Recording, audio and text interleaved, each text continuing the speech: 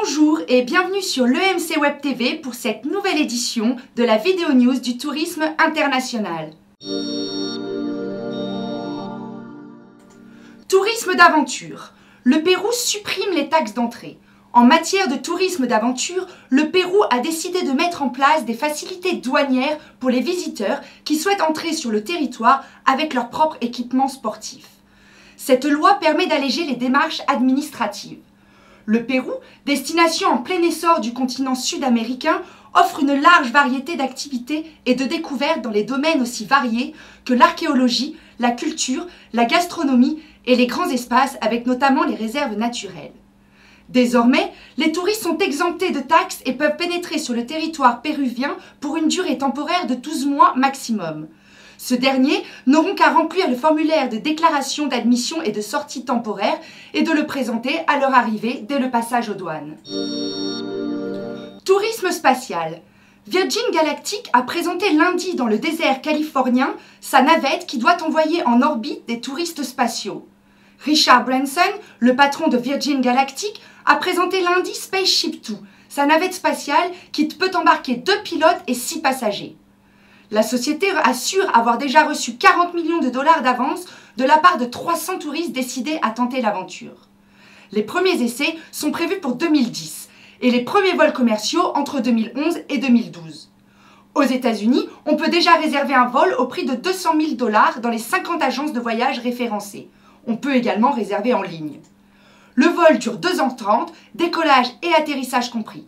Une fois arrivés à l'altitude de 50 000 pieds, la fusée et la navette se séparent et les touristes se retrouveront en apesanteur pendant 5 minutes dans une cabine percée de hublots. Avis a réalisé une enquête sur l'évolution des déplacements professionnels des Français auprès de 1200 personnes. Ce n'est pas une surprise, le climat économique a entraîné une réduction des déplacements professionnels. 13% des hommes d'affaires français expliquent avoir moins voyagé. Mais 47% disent ne pas avoir modifié la fréquence de leurs déplacements professionnels malgré la situation économique.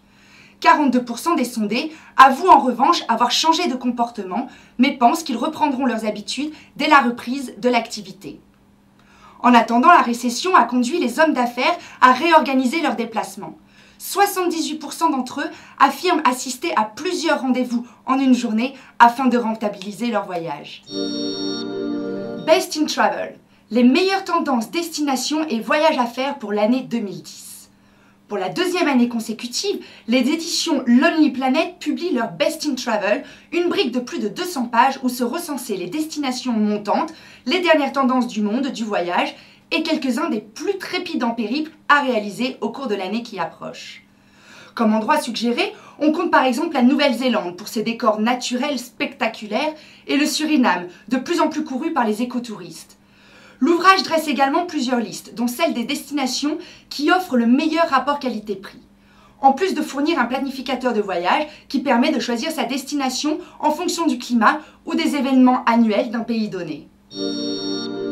L'Institut supérieur du tourisme international est en mesure de vous fournir des stagiaires tout au long de l'année académique de formation Bac+3 à Bac+5 dans le cadre de missions et de stages professionnels en tourisme international.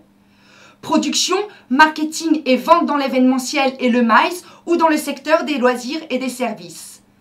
Comme vous nous l'avez suggéré et pour répondre à vos demandes régulièrement, nous vous enverrons des formulaires de demande de stagiaires que vous pouvez nous retourner à tout moment à stoulou@emc-campus.fr.